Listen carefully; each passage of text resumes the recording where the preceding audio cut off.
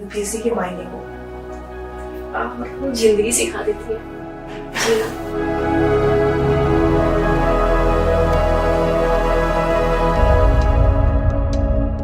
हम लोग ऐसे ही मुखर्जी नगर को बोलते हैं कि ये क्या है कि सपनों की नगरी है, और दूसरी बात क्या है, ये जवानी का कब्रिस्तान है। यहाँ आदमी आता है एक 20 से 21 साल में बच्चा और जाता है ज़्यादातर, क्योंकि सफलता का जो रेशियो है बहुत कम है, तो जाता है मतलब 30 से 32 साल में। 2-3 सपने ही देखे जाते हैं, या तो आप इंजीनियर बनिए, और या तो आप डॉक्टर बनिए, या फिर आईएएस बनिए। कब तक पढ़ोगे, कितना और पढ़ोगे? ऐसे अभी जब भी मैं घर जाती हूँ, अभी भी रिसेंटली भी मैं गई थी, एग्जाम था यूपीपीसीएस का, तब भी ऐसे बोला था कि इन लोगों को तो पता नहीं क्या ही होगा, ऐसे वाला से बोलते हो, समझ नहीं आता उनको क्या रिएक्ट करे। ये दिक्कत हो जाती है कि बेरोजगार आदमी से शादी करेगा कौन।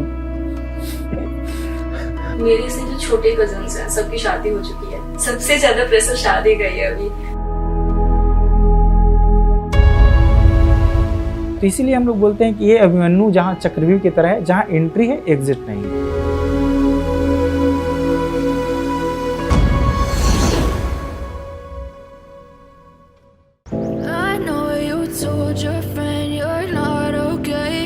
कभी सिनेमा के इश्तिहारों से गुलजार रहा मुखर्जी नगर का बतरा सिनेमा,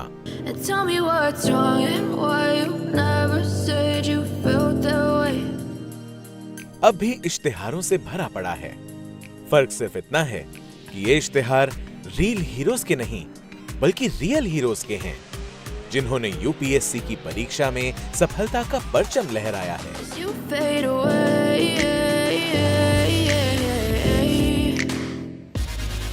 ये इश्तिहार कभी नहीं बदलते, बस चेहरे बदल जाते हैं, और इन्हीं बदलते चेहरों में खुद का भी एक चेहरा शामिल करने की जद्दोजहद में हर साल इस इलाके में हजारों लाखों नौजवान आते हैं। कुछ को जगह मिलती है, कुछ को नहीं मिलती। जिन्हें इन इश्तिहारों में जगह मिलती है उन्हें बड़ा पोजीशन, पैसा और बड़ा नाम मिलता है, लेकिन उनका क्या, जिन्हें कुछ नहीं मिलता? यूपीएससी मैंने 5 बार दिया और 4 बार उसमें प्रीलिम्स क्लियर किया, 4 बार मेंस दिया, 1 बार प्रीलिम्स नहीं हुआ। तब तो काफी बुरा लगा था कि हाँ काफी वक्त दिया, काफी अच्छा किया, लेकिन नहीं हो पाया। बहुत बार ऐसा लगता है हाँ कि काफी टाइम हो गया, और उससे एक सबक भी मिलता है ना आगे की जिंदगी के लिए। सक्सेस रेट बहुत मिनिमम स्तर का है उसमें, मतलब परसेंटेज 1% भी पूरा सक्सेस रेट नहीं पहुंचता है। हम लोग ऐसे ही मुखर्जी नगर को बोलते हैं कि ये क्या है कि सपनों की नगरी है, और दूसरी बात क्या है, ये जवानी का कब्रिस्तान है। यहाँ आदमी आता है एक 20 से 21 साल में बच्चा और जाता है ज़्यादातर, क्योंकि सफलता का जो रेशियो है बहुत कम है, तो जाता है मतलब 30 से 32 साल में, तो उसके पास ऑप्शन नहीं रहता है। एक साथ पढ़ते हैं, एक साथ परीक्षा देते हैं, लेकिन जिस एक मौके की तलाश में ये लोग हैं वो सबको नहीं मिलता। क्या फ्रेंड फेल हो जाए दुख होता है, फ्रेंड पास हो जाए तो ज्यादा दुख होता है। वो ह्यूमन नेचर है, उसमें थोड़ा सा असर तो पड़ता है आप पे, लेकिन साथ साथ में ये भी होता है कि हाँ हो जाएगा, हम पढ़ेंगे तो हमारा भी हो जाएगा। इश्तिहारों में अपनी जगह बनाने के लिए इन्हें बहुत कुछ छोड़ना पड़ता है, घर बार, माँ बाप, गर्लफ्रेंड और अपने वो तमाम शौक जिनके साथ वो बड़े हुए हैं। काफी चीजें छोड़नी पड़ जाती हैं आपको पार्टीज हैं, फैमिली फंक्शंस हैं, इनमें आपकी जो प्रेजेंस है वो मिनिमम हो जाती है। बहुत ही आवश्यक जो चीज़ें होती हैं वहीं आप जा सकते हैं। पिछले 3 साल में बहुत कम टाइम, मतलब 3 साल में 30-35 दिन दिल्ली में रह रहे हैं, और बहुत ज़्यादा ज़रूरी चीज़ें होती हैं। घर में शादी वगैरह हुई, और बहुत अपनी कोई कज़िन है, अपनी खुद की सिस्टर की शादी है, भाई की शादी है, तो आप नहीं जा पाएंगे। आपका कोई फ्रेंड वगैरह है, फ्रेंड्स की शादी में तो मैं काफ़ी दिन से नहीं गया हूँ, मतलब लास्ट अटेंड की थी वो अपने जब डिग्री कर रहे थे LLB वाली, तभी। ये सब तो बर्दाश्त हो भी जाए, लेकिन घर वालों के ताने? कब तक पढ़ोगे, कितना और पढ़ोगे?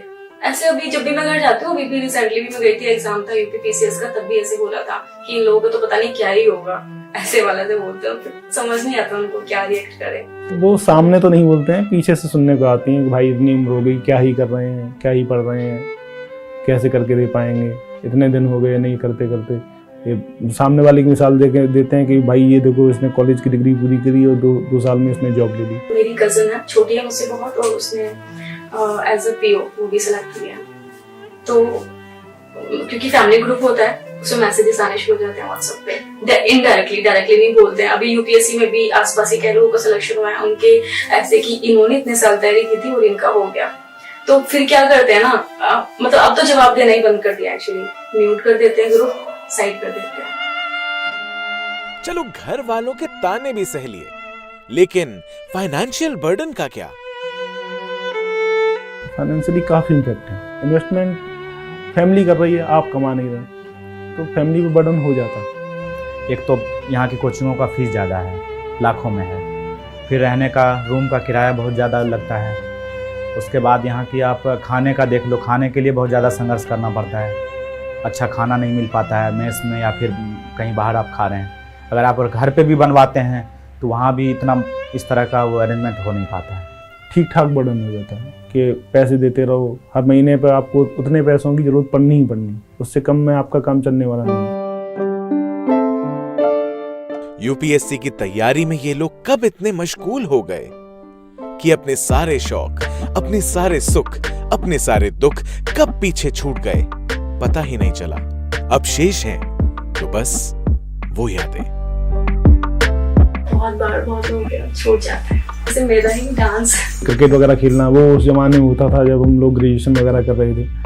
अब तो थोड़ा मुश्किल पड़ जाता है, उसके लिए लोग इकट्ठे करना और अपने दोस्त वगैरह यहाँ पे मिल पाना वो थोड़ा मुश्किल हो जाता है। तैयारी के बीच में वक्त शायद इनके लिए रुक गया हो, लेकिन गुलजार साहब कहते हैं ना कि वक्त रहता नहीं कहीं टिककर, आदत इसकी भी आदमी सी है। तो वक्त चलता रहता है, इनके लिए ना सही, इनके घर वालों के लिए। और घर वालों के वक्त में शादी की भी बात होती है और बच्चों की भी। मेरे से जो छोटे कजन्स हैं सबकी शादी हो चुकी है। सबसे ज्यादा प्रेशर शादी का ही है अभी। हर दिन कोई नई बात पता चलती है। ये सच में ये टॉर्चर है, एक तरह से मेंटली टॉर्चर है। इसको नहीं फेस कर सकते, इसकी वजह से ना घर पे जाना कम कर दिया है। क्योंकि घर जाते हैं तो लोगों की नजर में आते हैं कि अच्छा उनकी बेटी, इसकी शादी नहीं हो रही, इसकी शादी नहीं हो रही, कहीं खुद ने तो नहीं कर ली। ये दिक्कत हो जाती है कि बेरोजगार आदमी से शादी करेगा कौन। उसके साथ साथ और भी चीजें हैं, काफी हैं कि भाई इस सोसाइटी में जज इस चीज पे किया जाता है कि आप कितना कमाते हैं, कि आप प्रोवाइड कितना कर सकते हैं किसी के लिए। फैमिली, अगर आप फैमिली बनाने जा रहे हैं तो आप फैमिली को प्रोवाइड करके क्या देंगे, और बेरोजगार आदमी क्या ही प्रोवाइड करके देगा जो तैयारी कर रहा है। तो ये है, ये रहता है, ये फैक्ट तो रहता है। लेकिन शादी करेंगे किससे? इस तैयारी में होने वाली हमसफर का वक्त भी तो किताबों ने खा लिया, तो वो भी चली गई। काफ़ी ऐसे हैं कि यूपीएससी की तैयारी कर रहे हैं, गर्लफ्रेंड्स उनकी शादी की एज हो गई है, अब वो प्रेशर डाल रही है कि भाई शादी करो शादी करो, और इनका कुछ हुआ नहीं अभी तक यहाँ पे। तो इस चीज़ से भी संबंध बहुत ख़राब हुए हैं यहाँ पे, काफ़ी लोगों के ख़राब हुए हैं। गैंग्स ऑफ वासेपुर में सरदार खान की जिंदगी का एक ही मकसद था, बदला। वो उसी के लिए जिया और उसी के लिए मर भी गया। ये लोग भी ऐसे ही हैं, इनकी भी जिंदगी का एक ही मकसद है, यूपीएससी। लेकिन अगर वो भी नहीं हो पाया तो अधूरे इश्क की तरह ये भी अधूरा रह गया तो कुछ ढूंढू जस्ट चिल करके आगे बढ़ जाते हैं, और कुछ सपनों के साथ जिंदगी का साथ छोड़ जाते हैं। अभी हर साल कोई ना कोई ऐसा एक एग्जाम्पल निकलता ही, यहाँ की मुखर्जी नगर की गलियों में कोई ना कोई आपको ऐसा एग्जाम्पल मिल जाए। लेकिन क्या वाकई एक परीक्षा ही किसी के लिए सब कुछ हो सकती है? हम इतने तसल्ली से और इतना जी जान से लगे हुए हैं, किसी भी चीज को इतना इम्पोर्टेंस मत दो। वो इम्पोर्टेंट है, मैं करना चाहता था, लेकिन मेरे वहां से अपने आप को थोड़ा मैंने अपने सोच में बदलाव लाया। इसका जवाब अलग अलग लोगों के लिए अलग अलग है। कुछ के पास जवाब हाँ में है, कुछ के पास जवाब ना में है। यहाँ पे बहुत से लोग ऐसे हैं कि जिन्होंने अपने पेशे बदल दिए। यहाँ पे अटेम्प्ट्स खत्म होने के बाद यहाँ पे कोचिंग्स में ज्वाइन कर ली, एज ए टीचर पढ़ाने लग गए। काफ़ी चीज़ें हो जाती हैं। कुछ लोग ऐसे थे कि और किसी काम में मतलब घर यहाँ से छोड़ के घर चले गए, वहाँ पे अपने किसी फैमिली बिजनेस वगैरह में इन कामों में लग गए। जिनके पास भी मौका होता है वो कोशिश करते हैं, एक बार नहीं बार बार, तब तक जब तक उम्र है। जब तक तोड़ेंगे नहीं तब तक छोड़ेंगे नहीं।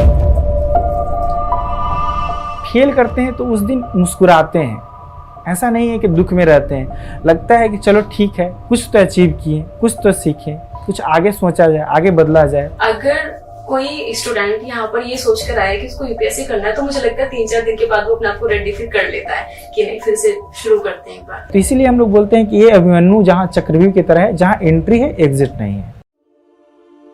हालांकि अपने अपने घरों में बैठकर हमें ऐसा लगता है कि किसी परीक्षा के लिए उम्र का खत्म हो जाना जिंदगी के खत्म होने जैसा है।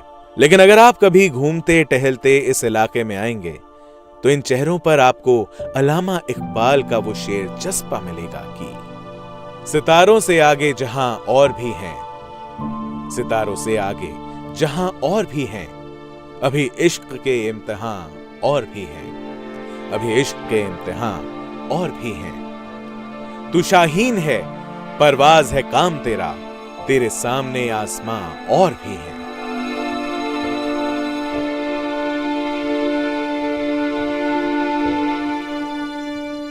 लाइफ डिफरेंट एस्पेक्ट है और लाइफ में किसी चीज़ को प्राप्त करना वो डिफरेंट एस्पेक्ट है। आप प्राप्त करना चाहते हैं, आपको प्राप्त नहीं हुआ, इसका मतलब ये नहीं है कि ज़िंदगी बिल्कुल खत्म हो गई है आपकी। नई शुरुआत जिंदगी की कभी भी की जा सकती है। मतलब जिंदगी खत्म नहीं हो जाती यूपीएससी छोड़ने पर, उससे हम सीख के आगे बढ़ सकते हैं, गलतियों को देखकर और आगे वाली जिंदगी अपनी अच्छी कर सकते हैं। वो जिंदगी सिखा देती है।